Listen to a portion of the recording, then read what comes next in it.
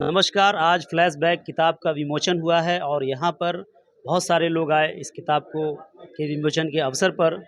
मनीष वर्मा जी ने इस किताब को लिखा है और आज इस किताब को निकाली गई है। आप देखिए, ये है फ्लैशबैक। वही सुना था। अच्छा, ये फ्लैशबैक का सीन है। तब पहली बार पता चला फ्लैशबैक एक शब्द होता है जिसका मतलब क्या होता है।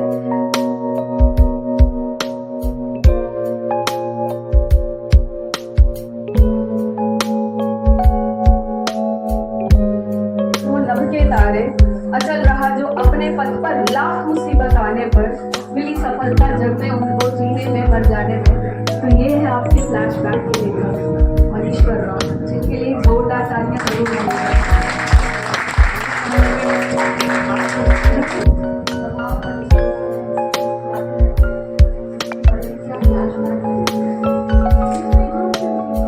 ये बहुत ही हर्ष का अवसर है कि मनीष की ये दूसरी किताब के विमोचन में भी मैं उपस्थित हूँ।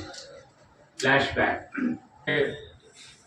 उम्र के उस किनारे पे पहुंच जाएंगे जब व्यक्ति के पास करने को तो बहुत कुछ नहीं होता है, लेकिन याद करने के लिए बहुत कुछ होता है। तो याद करने के लिए जब बहुत कुछ होता है तब ऐसा न कोई मुकाम आ जाए कि आप तड़फड़ाते रहें और अपनी यादों के रास्ते से गुजरने का कोई जरिया ना हो आपके पास। तो मुख्यतः जो ये इंसान की फितरत है अपनी ही तस्वीर खिंचवाने का या अपने से संबंधित तस्वीर खिंचवाने का, उसके मूल में तो यही बात है कि हर एक इंसान का अतीत होता है और हर इंसान का वर्तमान और भविष्य भी होता है। किस प्रकार से अतीत के अच्छे अनुभवों को या अतीत से मिली सीख को, ये कहते हैं कि यू नेवर, कोई आपको हरा नहीं सकता है। In a defeat you always learn. तो इसी तरह से अतीत भी है जो इंसान को आगे बढ़ने की प्रेरणा देता है।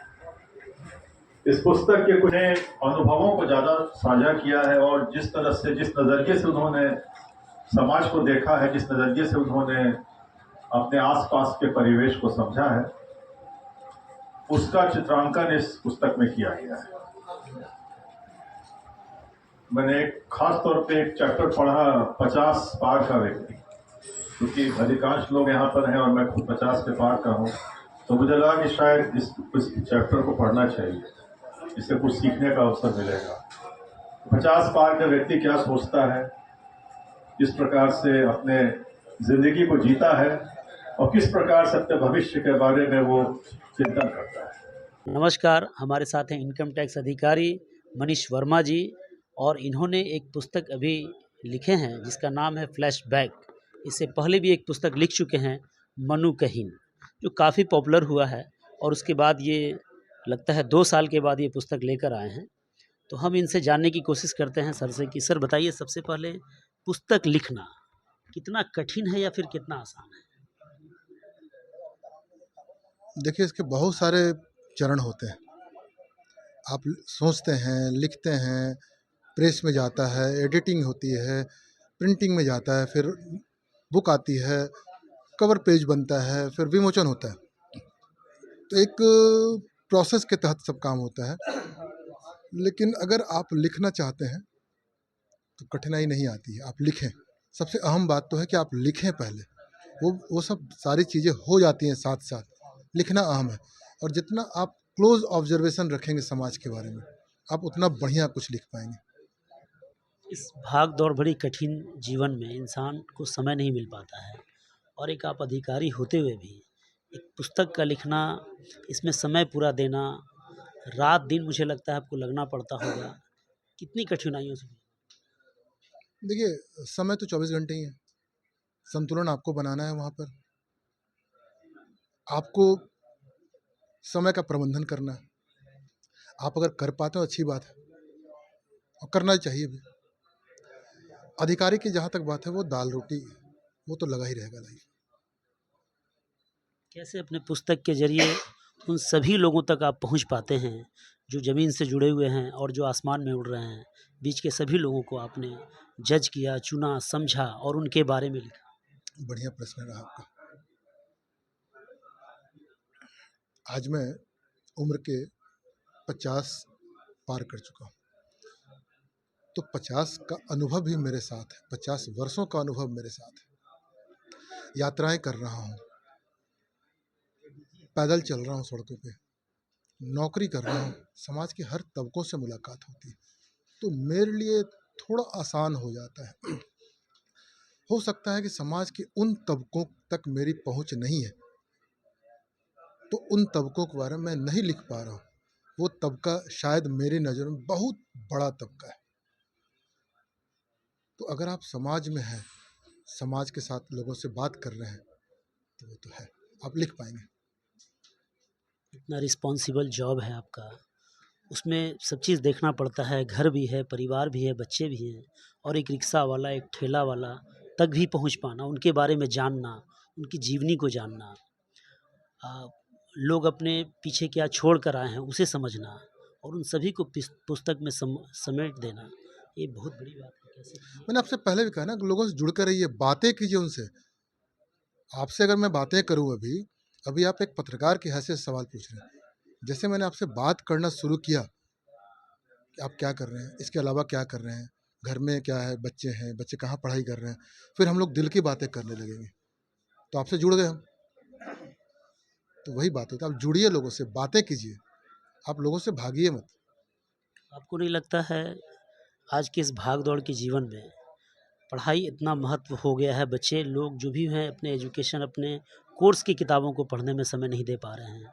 आपकी किताब को पढ़ना, उस पर एक सोशल मीडिया जो हर लोगों के हाथ में ये डिवाइस है, तो कहीं ना कहीं लोग पढ़ाई से, इस तरह की किताबों को पढ़ने से पीछे हट रहे हैं। नहीं, एक तबका ऐसा है जो पढ़ेगा। जैसे फिल्म आती है, एक कॉमर्शियल फिल्म होती है, एक ऑफबीट फिल्म होती है, सबका एक अपना वर्ग है, सबका एक अपना क्लास है। मारधाड़ी फिल्म है तो उस तरह के लोग भी हैं, सीरियस मूवी है उसके लिए भी लोग हैं, थिएटर है उसके लिए भी लोग हैं। तो सबका एक अपना वर्ग है जो उस चीज़ को पसंद करता है। क्या आपका ये किताब युवा वर्ग तक जाएगा? जाना चाहिए, I am very much hopeful, जाना चाहिए, क्योंकि युवा वर्ग के लिए बहुत बड़ा संदेश छिपा है इसमें। अगर उस संदेश को हम उनके सामने नहीं ला पाए तो शायद मैं सफल नहीं हो पाऊंगा, मैं अपने आप को सफल नहीं युवा हो वर्ग पाऊंगा। को तो हम देखते हैं बस मोबाइल डिवाइस। प्रयास जारी है। देखिए, एक सृष्टि है, चल रही है, दौर आता है। कभी आपने देखा कि कभी कुछ और दौर आया, लेकिन घूम कर फिर वहीं आते हैं, तो लोग आएंगे। अभी आप देखिए, बहुत लोगों ने मोबाइल फ़ोन का इस्तेमाल बंद कर दिया, वो छोटा वाला पुराने फ़ोन पे आ गए, तो कहीं न कहीं उनको लगा कि हमारी प्राइवेसी में दखल है। तो एक दौर आएगा, मैं होपफुल हूँ कि वो दौर आएगा, जल्दी आएगा, जब हम संतुलन बैठा पाएंगे। ख़त्म करना मुश्किल है, एक संतुलन बैठा पाएंगे। किसी माँ बाप के लिए या फिर किसी बच्चे के लिए कोई संदेश है आपकी किताब में? माँ बाप तो पहले शिक्षक होते हैं बच्चों के, तो माँ बाप के हाथों में ये है कि बच्चे जैसे ही बड़े होने लगते हैं उनको बताएं, उनके हाथ में तुरंत मोबाइल ना थमा दें, जो आजकल के माँ बाप करते हैं। बच्चों के लिए कोई संदेश माँ बाप के प्रति? बच्चों के लिए एक संदेश है मेरे पास, मैंने अपनी पुस्तक में भी लिखा है, और बच्चों को ये कहना चाहूँगा कि माँ बाप से बढ़कर तुम्हारा कोई साथी नहीं है। जहाँ तुम अपनी बातों को बिना लाग लपेट के कह सकते हो, तुमको किसी बात का भय नहीं है कि वो बातें कहीं बाहर जाएंगी, उनसे बढ़िया तुम्हारा दोस्त कोई नहीं हो सकता है।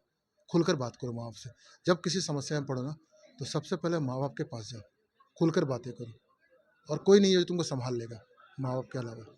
क्योंकि ये किताब आपने लिखी है तो पूरे किताब आपके दिल के करीब है, उसमें से कोई एक ऐसा शब्द बताइए जो बहुत ज़्यादा छू रहा हो आपको।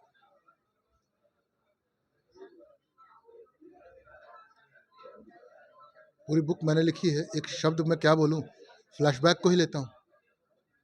फ्लैशबैक उन बेरोजगारों की कहानी है जो अभी नौकरी नहीं मिली है, जिनको बेरोजगारी के आलम में जी रहे हैं, उनकी भावनाओं को मैंने फ्लैशबैक के माध्यम से उकेरा है।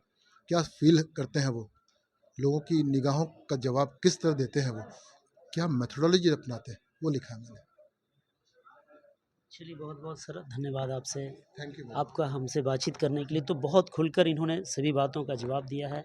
और जो फ्लैशबैक किताब है, यह दिल को छू लेने वाली किताब है। इसमें इन्होंने उन चीज़ों को भी दर्शाया है जहाँ तक हम सोच भी नहीं सकते हैं। मैं आदम परवेज़, आप तक देश की आवाज़ के लिए, पटना से।